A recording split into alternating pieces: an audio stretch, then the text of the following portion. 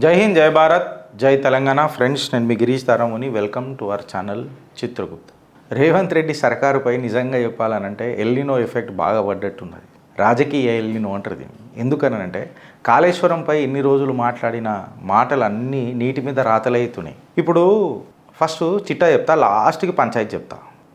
అదొకటి ఉంటుంది చూడు. చిట్టి శీలకమ్మ అమ్మ కొట్టిందా, తోటకెళ్ళావా, పండు తెచ్చావా, గూట్ల పెట్ట గుటుక్కున మింగావా అని. గుటుక్కున మింగుడు వెన్నతో పెట్టిన విద్య కాంగ్రెస్ వాళ్ళకు. నేను అనేది మామిడి పండు గురించి మాట్లాడుతున్నాను. మింగింది అనవసరంగా ఓ టెన్షన్ పడకూడదు. అర్థమైందా? మీ ఆలోచననే గలీజు ఉంటుందని నాకు తెలుసు. అటు సైడే పోతుంది అంతా. ఎన్డీఎస్ఏ నివేదిక ప్రజల చేతిలోకి వచ్చింది. దానికి అందుకే క్యాప్షన్ అట్లనే పెట్టినాం. నేషనల్ డ్యామ్ సేఫ్టీ అథారిటీ నివేదిక ప్రజల చేతిల్లో, బయటపడ్డ కాంగ్రెస్ అబద్ధాలు తెలంగాణ వీధిలో. ఏంది గిరీష్ పంచాయతీ అని చెప్పి మనం మాట్లాడితే, కాళేశ్వరం ప్రాజెక్ట్ మీద ఇప్పుడు ఒక కంప్లీట్ క్లారిటీ తీసుకొని పోదాం. ఇక కాంట్రవర్సీలు వద్దిగా. ఇక దీని తర్వాత కూడా మళ్ళీ రేవంత్ రెడ్డి వచ్చి మాట్లాడిండు అనుకో, అవా అని అంటారు. ఇక సింపుల్గా చెప్తున్నా, ఇక గిత్తే ఉంటుంది. ఇక అవో అని అంటే ఇక నేను అనలేక అంటున్నా గంతే. ఇక సో ఈ రిపోర్ట్స్ ఏంది అని అంటే, ఓ పిల్లర్ కొలాప్స్ అయింది మేడిగడ్డ దగ్గర, బ్యారేజ్ బ్లాక్ 7 అని చెప్పి చెప్తారు. నేషనల్ డ్యామ్ సేఫ్టీ అథారిటీ కాళేశ్వరాన్ని ఇన్స్పెక్ట్ చేసింది. Correct. National dam safety authority వెనకటికి వచ్చి కాళేశ్వరాన్ని ఇన్స్పెక్ట్ చేసింది. విత్ ఇన్ ఎ వీక్ ఒక రిపోర్ట్ సబ్మిట్ చేస్తా అని చెప్పి చెప్పింది. అయితే ఏదైతే రిపోర్ట్ సబ్మిట్ చేసిందో వెనకటికి కాళేశ్వరం మీద, వితౌట్ కండక్టింగ్ కాంప్రహెన్సివ్ అసెస్మెంట్ టెస్ట్లు వారేదో అంటారు, అది కండక్టింగ్ కంప్లీట్ టెస్ట్లు కాకుండానే నివేదిక సబ్మిట్ చేసింది. ఎట్టకేలకు దీని రిపోర్ట్ ఏమి ఇచ్చింది, ఏం ఇచ్చింది అంతా పక్కకు పెడితే, ఏప్రిల్ 2025కి కంప్లీట్గా దాని రికమెండేషన్స్ బయటికి వచ్చినాయి. ఎవరివి? నేషనల్ డ్యామ్ సేఫ్టీ అథారిటీవి. వాళ్ళు ఏం చేసిండ్రు? రినీవల్ అండ్ రిపేర్ వర్క్స్ చెయ్యుండ్రి అని చెప్పిర్రు. ఏం చెప్పిర్రు? రినీవల్ అండ్ రిపేర్ వర్క్స్ చెయ్యండ్రి అని చెప్పిండ్రు. ఈ కాంగ్రెస్ ఏం చేసింది? గుడ్డుగుర్రాల పనులు తోమింది వెనకటికి ఈ రోజటి దాకా. కాంగ్రెస్ గవర్నమెంట్ ఏం చేసింది? రికమెండేషన్స్ అన్నిటినీ ఇప్పటిదాకా తీసుకోలే. ఎన్డీఎస్ఏ ఇచ్చిన నివేదికను యాక్షన్ తీసుకుందా? తీసుకోలే. అయితే నీళ్ళెత్తురా నాయనా అని చెప్తే ఎన్డీఎస్ఏ చెప్పింది ఎత్తొద్దని. ఇవాళ బల్పం పట్టి రేవంత్ అన్న ఒడిలో నేర్చుకుందాం ఎన్టీఎస్ఏ రిపోర్ట్ ఏం చెప్పిందని. ఎన్డీఎస్ఏ రిపోర్ట్ స్కోపు ఇంకా అథారిటీ, ఈ వాటర్ లిఫ్టింగ్ మీద డెసిషన్స్ అసలు యాక్చువల్లీ హక్కేం ఉంటుంది ఎన్డీఎస్ఏకి? ఎన్డీఎస్ఏ క్లియర్ కట్గా చెప్పింది, మా హక్కు డ్యామ్ సేఫ్టీ, మా హక్కు అంటే డ్యామ్ సేఫ్టీని చూసుకునుడు మా బాధ్యత, స్ట్రక్చరల్ ఇంటిగ్రిటీని కాపాడుడు మా బాధ్యత, టెక్నికల్ మ్యాటర్స్ చూసుడు మా బాధ్యత, నీళ్ళు ఎత్తడం, నీళ్ళు కరువు ప్రాంతాలకు ఇవ్వడం, ఎన్ని ఎకరాలు సాగు చేయడం, ఎంతమంది నీటి సౌకర్యానికి వెసులుబాటు కలిగించడం, ఇదంతా రాష్ట్ర ప్రభుత్వం చూడాలా అని అన్నది. కాకపోతే ఈడ మన రాష్ట్ర ముఖ్యమంత్రి గాఢ నిద్రలు ఉన్నాడు, లేకపోతే ఇంకా మభ్యలు ఉన్నాడో నాకు అర్థమైతలేదు. ఏంటంటే ముఖ్యమంత్రి ఎవరు? తెలంగాణకు రాష్ట్ర ప్రభుత్వం నడుపుతుంది ఎవరు? రేవంత్ రెడ్డి. ఎవరు సర్కారు ఉన్నది రాష్ట్రంలో? రేవంత్ రెడ్డి సర్కార్. మళ్ళీ ఇప్పుడు అకార్డింగ్ టు ఎన్డీఎస్ఏ ఎవడు డెసిషన్ తీసుకోవాలా? రేవంత్ రెడ్డి తీసుకోవాలా? లేకపోతే ఉత్సాహవంతమైన మన ఉత్తమన్న తీసుకోవాలా? కరెక్టా రాంగా? వీళ్ళిద్దరు తీసుకుంటలేరా? నివేదికల మీద నివేదికలు ఇస్తారు, వైట్ పేపర్ల మీద వైట్ పేపర్లు ఇస్తారు, పవర్ పాయింట్ ప్రజెంటేషన్లు ఇస్తారు. లాస్ట్కి ఏం చేసిర్రా నాగన్నా అని చెప్పి మనం మాట్లాడితే నూనెల నాగయ్యలేక నానబెట్టుడు తప్ప ఇంకేమన్నా చేసిర్రా? అందుకే నాకు డౌట్ వచ్చింది ఇప్పటికీ, రాష్ట్ర ముఖ్యమంత్రి ఎవరు? ఏ ఊహలల్లో బతుకుతున్నారు? ఇలా పొలిటికల్ లీడర్లు, కాంగ్రెస్లు వీళ్ళందరూ ఏం చెప్తున్నారు? ఎన్డీఎస్ఏ వాటర్ కాళేశ్వర నీళ్ళని లిఫ్ట్ చేయనికే ఆపుతున్నది అని చెప్పి చెప్తున్నారు. ఎన్డీఎస్ఏ క్లియర్ కట్గా చెప్తుంది, ఇది నా జ్యూరిస్డిక్షనే కాదు, ఇది నా సబ్జెక్టే కాదు, సేఫ్టీ నా సబ్జెక్టు, నీళ్ళది నువ్వు గంగలవడు అని చెప్పి చెప్తున్నది. ఈడ పొలిటికల్ కాంటెక్స్ట్ మొదలవుతుంది. మళ్ళీ నీళ్ళు ఆపుతున్నావు అని అంటే, గోదావరి జలాలను ఆపుతున్నావు అని అంటే, ఇదే గోదావరి జలాల మీద వెనకటికి బంకర్ల బనకచెర్ల ఓ టాపిక్ గుర్తు. మళ్ళీ నేను అడిగి పోయింది అనుకో, బగ మండుతుంది. అరే పొయ్యే నీళ్ళు కదరా మేము తీసుకుంటున్నాము అని చెప్పి ఒక రాష్ట్రం మాట్లాడుతుంది. వీళ్ళ నీళ్ళు ఎవరిని పంపిస్తున్నారు? మన ముఖ్యమంత్రి పంపిస్తున్నాడు. నీళ్ళు ఎత్తు అని అంటే బ్యారేజ్ వీక్ ఉన్నది అని అంటాడు. బ్యారేజ్ సేఫ్టీ చూడాల్సిన ఎన్డీఎస్ఏ ఏమంటుంది? రిపేర్ చేసుకో, ఎత్తుకో, పెట్టుకో, నీళ్ళు ఇవ్వాల్సిన బాధ్యత వాళ్ళది. డ్యామ్ కరెక్ట్గా ఉందా లేదా అన్నది నా బాధ్యత. అయితే ఎన్డీఎస్ఏ ఏం చెప్పింది అని చెప్పి క్లియర్ కట్గా జరగబోతే, technical assessments and suggestions of NDSA మనం తీసుకొని చూస్తే, నేషనల్ డ్యామ్ సేఫ్టీ అథారిటీ తీసుకొని చూస్తే, ఎన్డీఎస్ఏ గేట్లను ఓపెన్ చేయమని చెప్పింది మేడిగడ్డ, అన్నారం, సుందిల్ల. ఎందుకు? రెయినీ సీజన్లో వాటర్ని మేనేజ్ చేయాలంటే నువ్వు ఓపెన్ చేయాలా అని చెప్పి చెప్పింది. స్ట్రక్చరల్ ఎన్ఫోర్స్మెంట్ని చూడాలి కదా. ఇప్పుడు మేడిగడ్డ కుంగింది అని చెప్పి నీళ్ళు ఇడిస్తేనే కదా ప్రాజెక్ట్ అంతా కుంగిందా లేదా ఏమైనా తెలుస్తుంది. పోతే మొత్తం పోతుందో పోతుంది వీళ్ళు పోయింది వీళ్ళే డిసైడ్ చేస్తారు. నేనే రాజు నేనే మంత్రి. సెంట్రల్ టెక్నికల్ ఓవర్సైట్ కమిటీని పెట్టిర్రు. ఎవరి నేతృత్వంలో? జలశక్తి మంత్రాలయాల. అందులో ఒక ఎన్డీఎస్ఏ టెక్నికల్ మెంబర్ ఉన్నారు.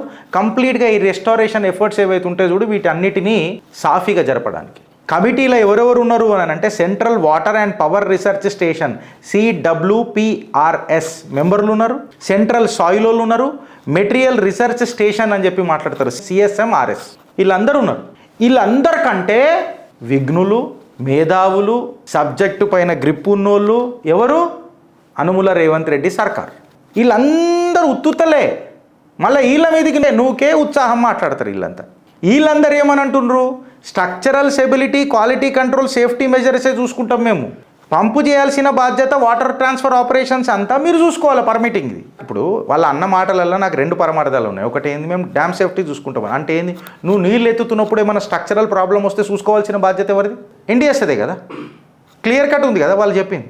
ఇప్పుడు కరువు ప్రాంతానికి కొంగు బంగారం అంటారు కాళేశ్వరాన్ని. ఎందుకంటే కరువు రానియకుండా చూస్తుంది. గ్రౌండ్ వాటర్ పెంచింది కాళేశ్వరం అని చెప్పి మాట్లాడతారు. పెద్ద పెద్ద ఇంజనీర్లు, మన ఇరిగేషన్ ఎక్స్పర్ట్లు వీళ్ళందరూ ఏమన్నారంటే కన్నెపల్లి బ్యారేజ్ నుంచి నువ్వు వాటర్ లిఫ్టింగ్ మొదలెట్టు అని చెప్పి ఎన్నోసార్లు మాట్లాడారు. నాకు తెలిసి కొంతమంది బీఆర్ఎస్ నాయకులు కూడా మన పోయి కన్నెపల్లి దగ్గరికి మాట్లాడుతూ చిత్రగుప్తులు కూడా మనం అది డిస్కస్ చేసినాం. ఎందుకు ఈ ముచ్చట వచ్చింది? Medigadda can no longer hold water now. ఖచ్చితంగా మేడిగడ్డకు ఇన్ఫ్లోస్ ఎక్కువ వస్తున్నాయి కాబట్టి ఖచ్చితంగా నువ్వు లిఫ్ట్ చేయాల్సిందే. అన్నారం సుందిళ్లకు నువ్వు వాటర్ని లిఫ్ట్ చేయాల్సిందే. కాంగ్రెస్ ఏం చేస్తుంది? NDSA అప్రూవల్ ఇస్తలేదు అని చెప్పి మాట్లాడుతుంది. ఇవాళ NDSA ఏం చెప్పింది? వాటర్ లిఫ్టింగ్ నాకేం సంబంధం, ఏడ చెప్పింది గిరీష్ అని చెప్పి మాట్లాడితే లక్ష్మీ నరసింహ గుప్తా అనే ఈ పేరు ఒకటి గుర్తొస్తుంది. ఒక NRI ఫ్రమ్ ఖమ్మం NDSAకు లేఖ రాసిండు. అయ్యా మళ్ళా మీ పేరు చెప్పి ఇట్లా అంటున్నారు, మళ్ళీ ఏంది వాస్తవం అని చెప్పి మాట్లాడితే సేఫ్టీయే మా కన్సర్ను, లిఫ్టింగ్ మాత్రము రేవంత్ రెడ్డి సర్కార్ది అని చెప్పి క్లియర్ కట్గా చెప్పిండ్రు. టెక్నికల్ అష్యూరెన్స్ వరకే మేము ఉంటాం తప్ప దీనిలో మేము ఉండము అని చెప్పి చెప్పిండ్రు. మీకు అందరికి ఆధారాలు కూడా మీకు వచ్చేసినాయి అని చెప్పి మాట్లాడుతున్నా. సో NDSA డొమైన్ ఏడదాకున్నది సేఫ్టీ అండ్ మానిటరింగ్ వరకే ఉన్నది. Technical assessments of the dam వరకే ఉన్నది. బట్ ఆపరేషనల్ డెసిషన్స్ ఇదంతా ఎవరి చేతులు ఉన్నాయి? స్టేట్ అథారిటీ చేతులు ఉన్నాయి. స్టేట్ అథారిటీ అని అంటే అనుమూల సర్కారే కదా. మళ్ళీ అనుమూల సర్కార్, రేవంత్ రెడ్డి సర్కార్ ఏం చేస్తుందని అనేది మనం చూడాలి. ఇదే ముచ్చట ప్రతిపక్షాలు ప్రెషర్ వేసి నాకు తెలిసి భారతీయ జనతా పార్టీ నుంచి కూడా ఈటల రాజేందర్ గారు గలమిప్పిరు దీని మీద. అప్పుడు ప్రభుత్వంకి చిత్తశుద్ధి వచ్చి కొంచెం కదిలి సిగ్గొచ్చి వాటర్ స్టార్ట్ చేసుడు మొదలెట్టింది పంపుల నుంచి. అప్పటిదాకా మొదలెట్టిందా? ఏం చెప్పిండ్రు? సాక్షాత్తు ముఖ్యమంత్రి నోట్ వచ్చిన ఈ పలుకులు నేషనల్ డ్యామ్ సేఫ్టీ అథారిటీ ఆపుతున్నది అని చెప్పి మళ్ళీ దీన్ని రాజకీయ దరిద్రం అనాలి కదా. నీళ్ళని వేస్ట్ అవుతాయి కదా. కరువు ప్రాంతంలో ఉన్న రైతులు విలవిల కొట్టుకోబోతున్నాడు కదా. నాకేమనిపిస్తుంది తెలుసా బ్రదర్? సింపుల్గా చెప్తున్నా. రేవంత్ రెడ్డి వైఖరి చూస్తే రెండోసారి ముఖ్యమంత్రి నేనే అవుతానంటే మళ్ళీ ఏదైనా పార్టీకి బీ టీమ్ అయిందా అనేది నాకు తెలియదు. లేకపోతే ఒక పార్టీని చీల్చి కొన్ని పార్టీలకు మద్దతు తెలుపుతాడా కూడా నాకు తెలియదు. ఏకనాథ్ షిండే అవుతాడా, రాఘవ్ చెడ్డా అవుతాడా నాకు తెలియదు. ఇప్పుడు అధికారంలో ఉన్నప్పుడు కొంతమంది భూములు పోగేసుకుంటారు, ఎక్సెట్రా రియల్ ఎస్టేట్ దందా చేస్తారు, ఇన్స్టెంట్ మనీ వస్తుందని. ఒక రాజకీయ పార్టీని కసక్కుమని గడపరదించాలనంటే ఏం చేయాలి? రియల్ ఎస్టేట్ ఆపేయాలి. హైడ్రా పేరు మీద రియల్ ఎస్టేట్ తీసుకొచ్చిండు. మొత్తం రియల్ ఎస్టేట్ని ఏడుకాడికి ఢమాల్ చేసి పడేసిండు. దీనివల్ల ఏమవుతుంది? ఖచ్చితంగా పైసలు బయటికి అవుతాయా? రొటేట్ అవుతాయా? రొటేషన్ కావు. దందలు సాఫీగా జరిగాయి. ఇటు అగ్రికల్చర్ నాశనమైంది, ఇటు రియల్ ఎస్టేటు నాశనమైంది. పైసలు రొటేట్ అవుతాయా రాష్ట్రంలో? కావు. అప్పుడు ఏముంటుంది? మన పంచాయతీలు మనం ఉంటాం. ఇక అప్పుడు ఎవడొస్తే ఏంద్రాబాయ్ ఏమోతే ఏంద్రాబాయ్ అని క్లారిటీ వచ్చింది అనుకుంటా మీకు. నాజుక్కుంటాయి, క్షుణ్ణంగా చూడాల్సి వస్తుంది. 2 గ్రాముల మైక్ ఇట్లా పట్టుకొని ఇట్లా లేపి మాట్లాడినంత మాత్రాన సెట్ కాదు. సబ్జెక్ట్ డీప్గా దిగాల్సి వస్తుంది. అన్నీ చెప్పదు ChatGPT. అలా నువ్వు చెత్త నింపినావు అనుకో, చెత్తనే వస్తుంది. గార్బేజ్ ఇన్ గార్బేజ్ అవుట్ అని అంటారు. మీకు అర్థమవుతుందా? సో భద్రత పేరుతో నిర్లక్ష్యం చేయొద్దు రేవంత్ సార్. రాజకీయ కక్షతో రైతులకు మోసం చేయొద్దు.